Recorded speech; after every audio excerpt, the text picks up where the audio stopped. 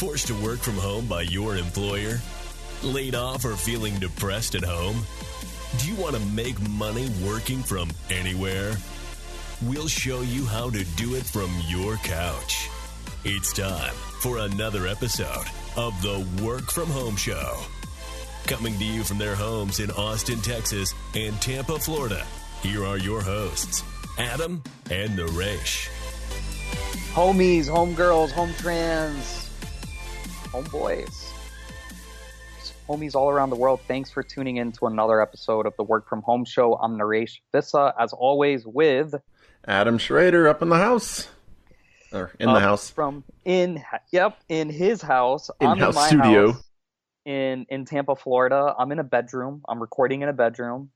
You guys don't even know that, but yeah, I'm just kind of hanging out, chilling. And today, Adam, we're coming towards the end of season 1 of the Work From Home Show. And so far, so good. It's been pretty cool to see how much we've grown our audience over the past few months. But we still remember you 18. We still remember our 18 listeners. Thank you so much, 18 listeners. Workfromhomeshow.com. That's where all our episodes are. Today, I want to talk about a topic that is NSFWFH. That stands for not suitable for work from home. Well, it's this topic is about the sex industry and how the sex industry has had to digitize and shift to work from home. So it is not suitable for office buildings, for corporate offices. Get out your headphones, people. Yep. So if you get easily offended, if you don't like rated R type of material, you can go ahead and just... I mean, we're not going to get too crazy. We won't get too crazy, but it's, I would say it could get rated. We'll see where this goes, but go ahead and turn us off. We got 18 of you. Oh, I'm looking at Arbiton right now. We got like 11 people listening to us. So lost almost half our audience, but hey, that's okay. We're happy for the 11 people who have stuck around. So it's should be a fun topic. Should be a really fun topic. So Adam, this is actually a question that we got from a listener. And this is, I don't know if it's we or way, W-E-I. Let's go with we. I think we would be better, right? For this episode. Yeah. So we asks, you mentioned you'd bring a stripper on the show to discuss how she's made the transition working from home. When is that episode airing? That's end of his question. So here it is. She got busy. We sounds Asian, sounds Chinese. I thought we lost all our Chinese listeners after I started calling it the Wuhan virus, but I guess we have one left.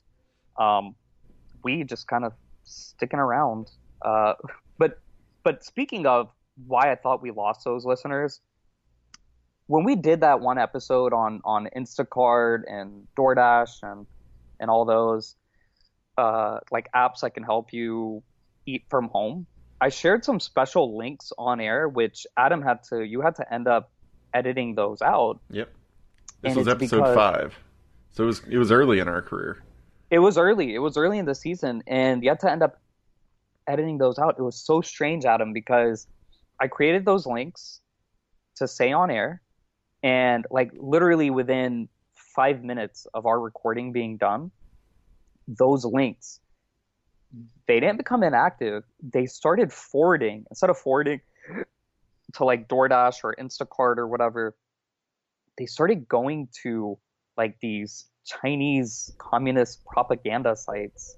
It was really strange. It was, and that's why I've referenced several times throughout this season, like I'm pretty sure China's listening into our conversations. They got Skype hacks. We got Skype hacked. I mean, our website, working on the website, it's like, I'm pretty sure it got hacked a couple of times. I don't know by who. Yeah, I don't know. It reverted back to, like, it got rid of some posts and we had to go back and repost them. So, yeah, something weird happened. It's weird. It's weird. And so, to kind of look, Maybe they don't want their people working from home over in China if they're listening. Don't think about maybe it. look, I brought up before, you want to bring us, you want to come after us, Chinese government, bring it on. We're ready. We've got our security on the website. Um, but let me explain. So this whole like Wuhan virus versus coronavirus versus the novel, now people are calling it the novel coronavirus. There's so many names out there, right? But if you look at the nomenclature, right? The nomenclature of really most diseases over the last 100 years, like, I mean, let's make it simple, Adam. Like, Adam, where do you think the West Nile virus came from? That's a tough one. Um, It's a Brazil? tough. I'm gonna go with Brazil probably. It's a tough one. Well, where do you think the Mexican flu came from? Oh, that's easy. South Africa. Okay, easy one, right? Yeah. Uh, so Zika and Ebola were probably the two most recent. I don't even were they pandemics? Zika and Ebola, I were they think considered? I think whenever things happen in Africa, Americans don't care enough to do that.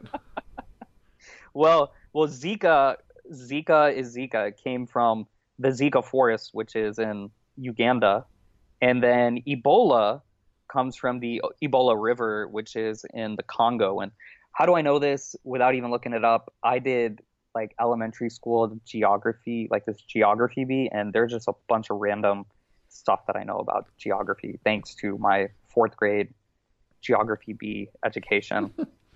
Um, so anyway, like that's generally how the nomenclature is. It's based on where they originated. And so if you look into the Wuhan virus, the Communist Party in China, they actually paid off their own media. They control their media. They don't even have to pay off their media. They control the Chinese media, but they also there are reports that they paid off media from around the world, not the U.S. media, but other countries, which doesn't surprise me because being an Indian, like you can literally buy the Indian media. I don't know if you knew about that, Adam, but you No, I can. haven't tried recently.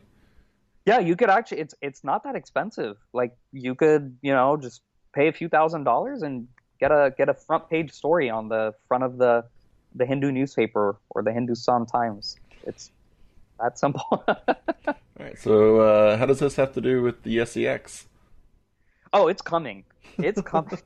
Oh, boo. I just wanted to explain, why China's coming after us. So, I mean, we can look up the countries that listen to us on our stats through our Libsyn feed. So we actually have no listeners in China. The podcast is banned. In fact, it's not just our podcast that's banned there. All U.S. podcasts are banned in China. Um, Yeah, we don't have any in North Korea either. That's really weird. Yeah, we don't have any in North. If you know what, if we do have someone in North Korea, hello at workfromhomeshow.com. Hello at workfromhomeshow.com. We want to hear from you. We'll even bring you on as a guest. They're definitely using a VPN if they're doing that. Definitely. Well, to all the Chinese and North Korean communist bots listening in on our conversation right now, you. All right. You want to mess with us? You want to mess with our links, our website? Bring it on. But anyway, back to because he took time out of his day to ask about the stripper because he's been hanging around for the stripper episode. Those Asian massage parlors, they're wiped out. They're gone forever. Robert Kraft is lost. Doesn't know what to do with himself. Well, even before this virus, it was Mr. Kraft who killed that industry. It was not the virus. For those who don't know, Robert Kraft from like Kraft Foods, New England Patriots owner, he single-handedly destroyed that industry. Like he was caught paying, I think it was an Asian masseuse, like $80 or something for a blowjob. It was something crazy like that. And Yeah, I don't know how much for, yeah. yeah, crazy meaning it was like so little, and it became international news, and it destroyed an entire industry. And when that happened, I was just like, come on, man. Like, you're a billionaire with multiple private jets. Like, you can go anywhere you want, and you decide to make a pit stop in Fort Lauderdale. Like, at least fly the extra 15 minutes to go to, somewhere down in below Florida, Panama, Dominican, I don't know. You ruined it for we over here. He's desperate for our stripper episode as a result. So, yeah, sorry, we were in touch with a stripper who was like front and center mainstream news media about how difficult her job was because she couldn't perform anymore. And so we contacted her because she came across us so desperate, like, oh, I'm out of work and I have nothing to do and it's so difficult. And I've had to learn how to use Skype and learn how to use the internet and all this stuff. So I was like, oh, she's perfect fit for our show, work from home show, like she'd be a great guest, right, Adam? Yeah, I mean, if you can adapt to that industry, you can adapt to anything. Yes, absolutely. Well, she actually emailed me back and she said that she's too busy because of like that article. She got more articles, so she got a lot of press, and she wanted to charge us her standard rates for an interview. Pass. So, you know what, Adam? I'm good for her. Happy for her. Yeah, absolutely. That's capitalism.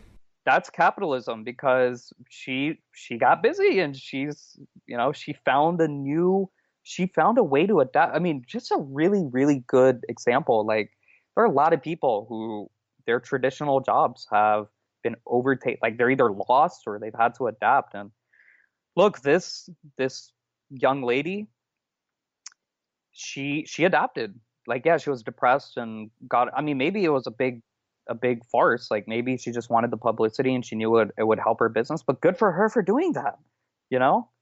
So, I mean, she's got a cool job. All she has to do is she's now at home. All she has to do is roll out of bed. She doesn't even have to throw on any clothes. Jeez. I don't really get how she didn't know, though, because I mean, I think like the webcam stuff has been around for years. Oh, the webcam stuff. Yeah. So, yeah, but it has been, right? But apparently those are like two different professions. So it's kind of like working in IT and like being a web development expert, right? Like, they're not the same thing, but they're kind of similar, and there are some transferable skills. So yeah, I think in her case, she just got so used to performing like live, like in public, right? Live. And so now I was like, oh, well, that's all I know. I know how to, talk to people and, do whatever. And so now just being behind a computer, it was a new skill that she had to learn. Yeah. I mean, yeah, so I guess. Good for her. And look, you know what? Email us, hello@workfromhomeshow.com.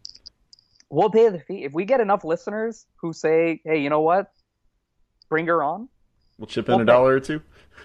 We'll pay her rate. I'm not sure what it is, but we'll pay. Email us. Maybe. So there's Wee's answer, I guess.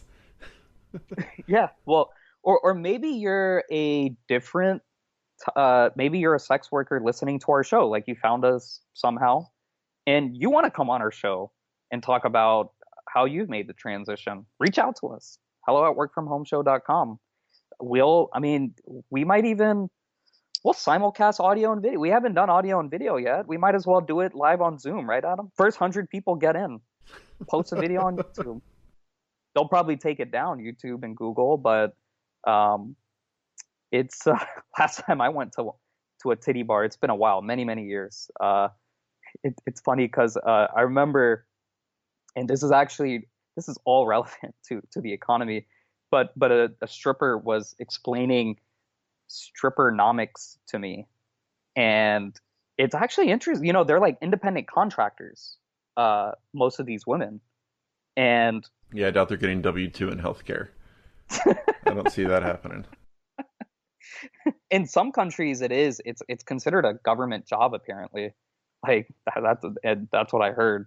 So they do get the healthcare and all that, but yeah, they're independent contractors, so they're like their own business people, and many of them now are working from home, and it's an interesting industry because some of them, like a consultant, they're being flown in from, wherever they live. They're flying around the country and performing like they're just like any other entertainer, So, um, yeah, she was explaining to me kind of like how the taxes work and the cash-based business, and you gotta, she set up an L or like incorporated her own business, and then she hired people to work under her, and I was like, wow, like this is just very entrepreneurial. I'm writing down some notes. Um, Tampa's only you would go to a strip club and end up in an economics discussion with one. That's incredible. I don't know. Have you seen what's that movie? I read the book and saw the movie, the Michael Lewis one about the financial crisis. No, are you talking about oh, I know which one you're talking about, but I can't remember it. The Big Short? The Big Short. So in The Big Short, there's like an indicator, like the stripper indicator. And and look, this indicator is real. Like I've tested this out myself. It's real. So in the movie, like the researcher goes to, like the strip club or whatever, and he's got a couple of strippers telling him, "Oh yeah, I bought my 5th house, and this is like my vacation home." Like none of them were rentals, right? None of them were rental properties. So it was like, business is booming, and I bought this house and that house. And so the researcher is like, this has got to be a top. This is like, once it hits the strip clubs, it's a top. And a friend of mine told me he went in like 2017, like end of 2017, and a stripper told him that she only accepted Bitcoin payments and that she put her life savings into Bitcoin. And so my friend told me, he said, Bitcoin's going down. Yeah. And that was like December 2017. And guess what? Bitcoin was at like $19,000, and it crashed all the way. Like literally it's gone nothing but down since then. So yeah, it's a very, I think it can be a valid indicator of the economy, because it just kind of shows that when something gets popular and it hits a certain segment of the population and they get on board, then it's like, okay, it's probably too late now, This is a good topic in that it shows that no matter what industry you're in, you can always find a way, or not always. You can almost always find a way. You can make it work. Well, I'll tell you, I look, I respect all workers, and Tampa is actually a hub for strip clubs. I don't know if you knew that, Adam, but no, I've never been to one. You've never ever been to one? Nope. Oh wow, good for you. Yeah, it's been a really long time for me. I haven't been to one since I started. It's mostly I've always been cheap, and I've never felt like I would enjoy it, because I'd just be like, man, this is costing me how much money? Yeah, it's good to be cheap. It's really good to be cheap, because you're like, I don't want to spend money on drugs. I don't want to spend money on alcohol. I don't want to spend money on, a naked woman. So it keeps you a pretty, it keeps the vices away. Let's put it that way. But look, Tampa, this is actually a huge industry in Tampa. It's like, I know people who've flown in from out of town just to visit the like strip clubs. I legitimately, it's a thing. And the two most famous ones here, they're actually like internationally renowned. The one's called Mons Venus, the other one's called Space Odyssey, and they're neighbors next to each other. Like they're across the street from each other, looking at each other. Next to my favorite Thai restaurant. I love the Thai restaurant. That's how I know about all this. But it's like, at least that's what you tell your wife. Well, it's her favorite restaurant. She's the one who introduced me to it.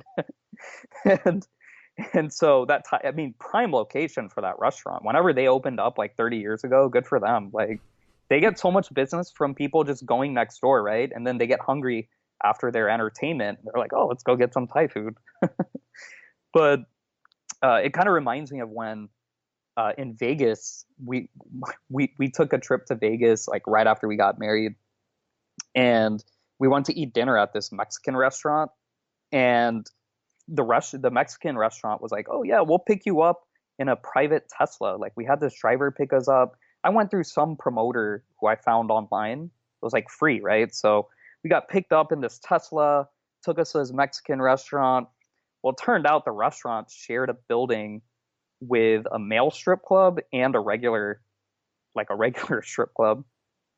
And I had never been to a male strip club, and my wife had never been to a regular one. So we went to go eat some Mexican food, and we're like, all right, let's just go check this place out. So it was interesting to see. Like, let's just say there was a huge difference between the male strip club and the like the regular strip club. The male strip club was like, it was actually like fun. It was like a show. It was like if you've watched Magic Mike, have you seen that one? No, I haven't watched it. Yeah, it was just like like a entertainment type of thing, and the regular strip club was like a high pressure sales floor. But that I think that's what my wife called it. Like nobody was smiling, everyone was serious.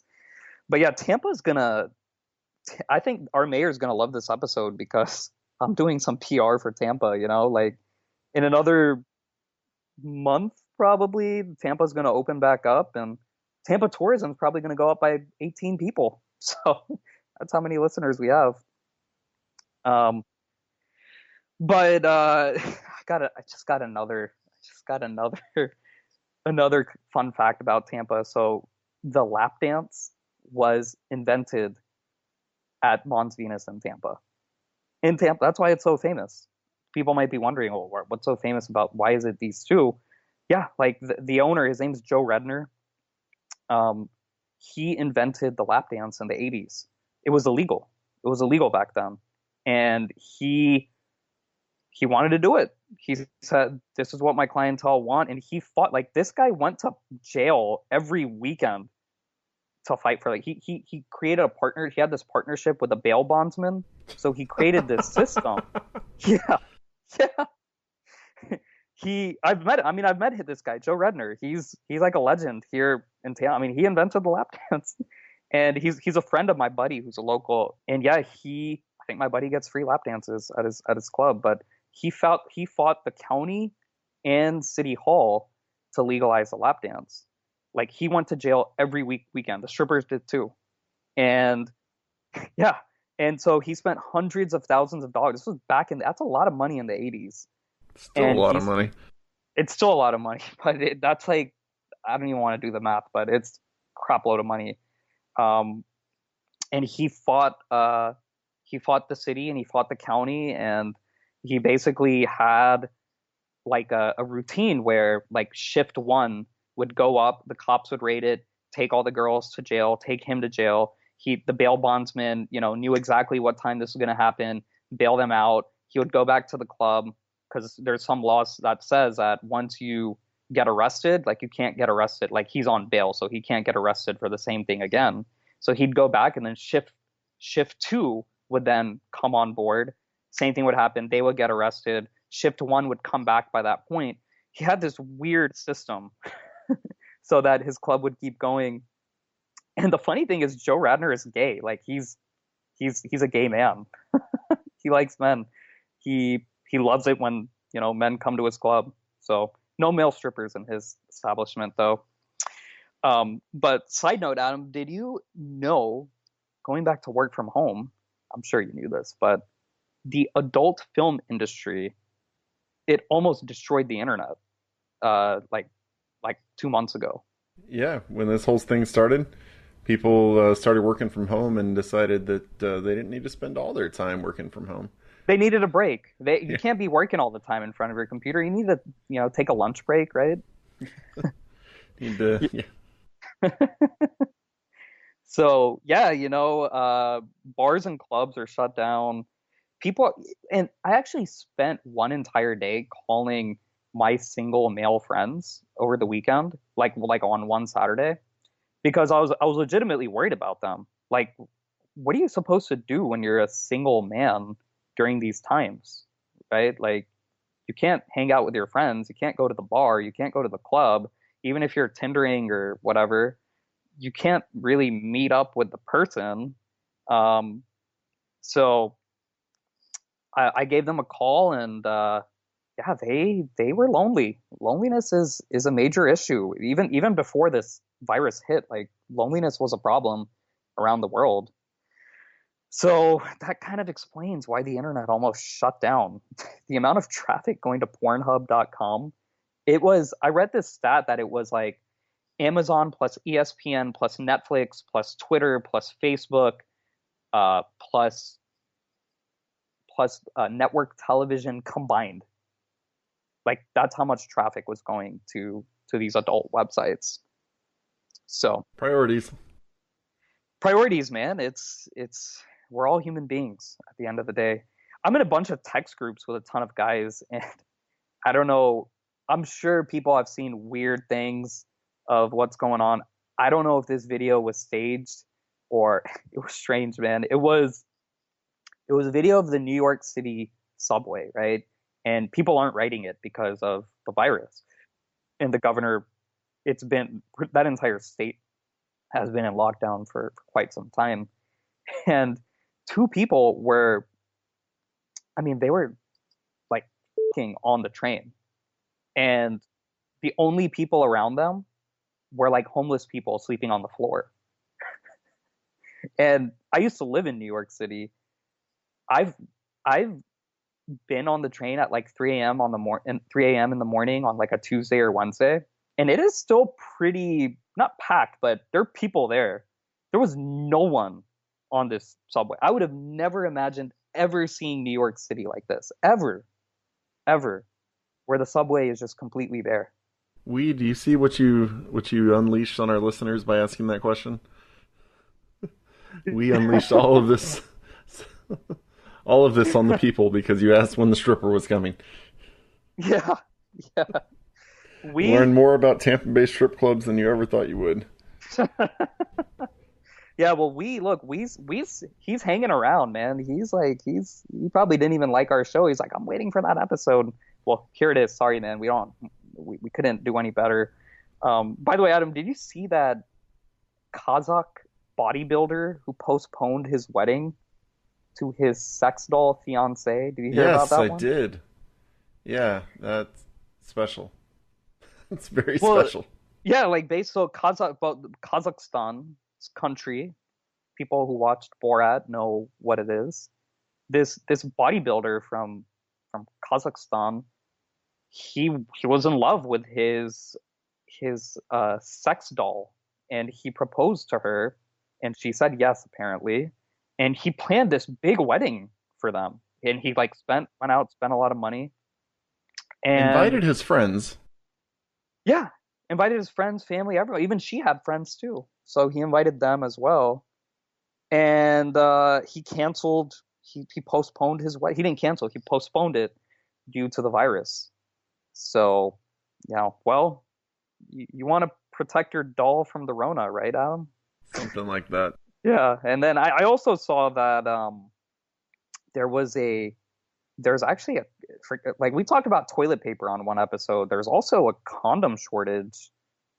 I don't have any inside scoop on this, but this is what the news media is reporting, and it's a global crisis. Like there's legitimately a global condom shortage, and a lot of condoms are apparently manufactured in China. Surprise, surprise. And a lot of the production has been shut down. And a lot of a baby boom is going to happen. So that's a good point. So what does that mean for work from home? What does that mean for the future of our economy? I think it absolutely, I mean, the common sense tells you, okay, well, no toilet paper, no condoms, no toilet paper. We know what that means in the bedroom. But as far as the condoms go, yeah, there will be a baby boom. It's just wait. It's going to be really interesting to see if, and I don't know the answer to this, listeners. It's going to be interesting to see if the work from home movement changes maternity leave for women, and seeing if employers start expecting women to do work from home during maternity leave, since they now can. Just be interesting to me personally. Well, I do know right now the tech companies not just the big Googles, Amazons, Facebooks of the world, but even like the smaller tech jobs, tech companies, their standard maternity leave is awesome. So you get your, 8 weeks of maternity, so basically 2 months of maternity.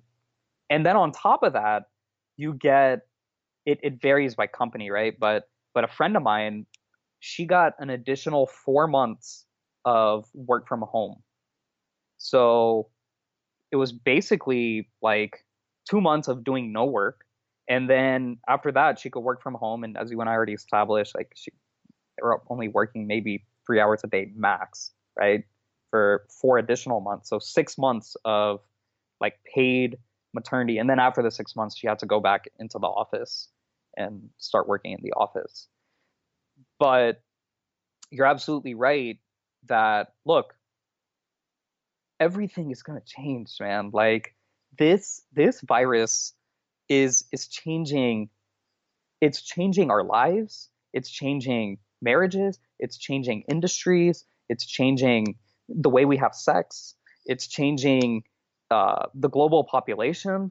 Like it's a lot's changing. So this maternity plan that I told you about, I'm sure that's going to change too, because if people go exclusively work from home, if companies go exclusively work from home, which that's going to be one of the major changes. And when that happens, you're absolutely right. How is maternity gonna factor into this? How is paternity gonna? Because now paternity leave is becoming a thing with corporations. So how does that factor in? Just a lot to think about here. Yeah, the world may never. Well, I guess the world doesn't currently know, but I think a lot of employers are going to start expecting much shorter maternity leaves, which in the United States is not very long anyway for most jobs. At least it's all unpaid.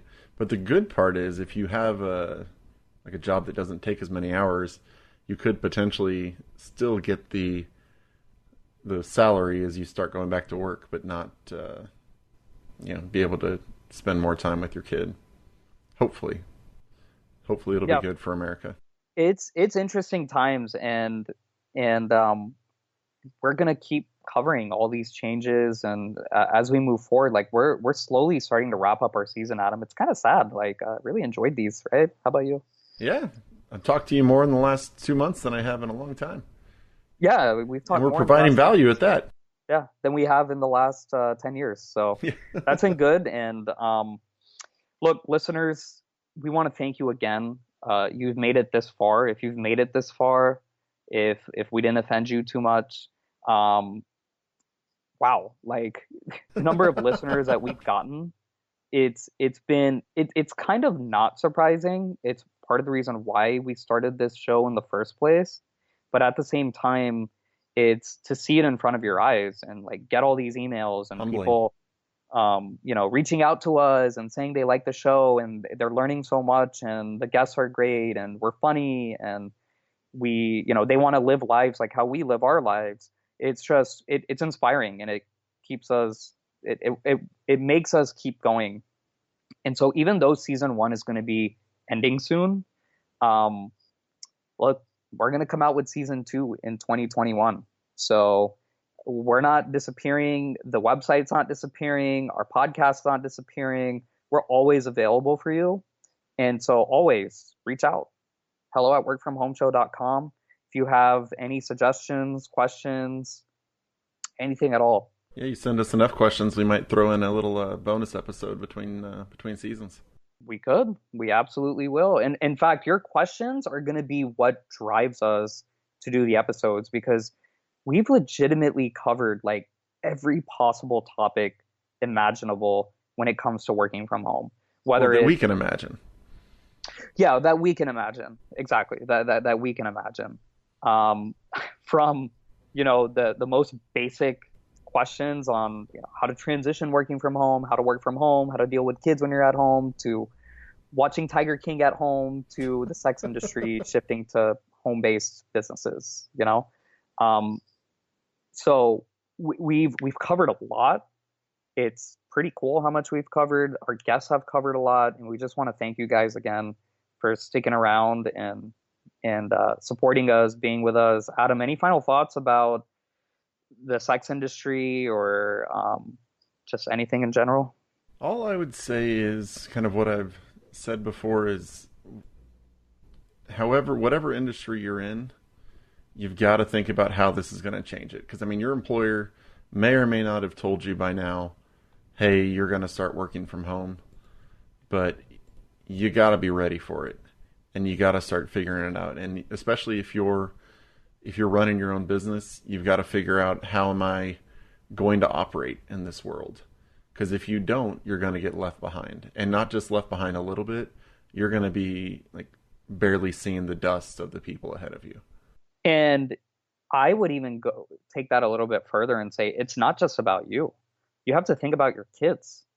So when I say think about your kids, I don't mean providing for them. I mean getting your kids set up with the right education, tools, resources, so they can participate in this new global digital interconnected economy that we live in.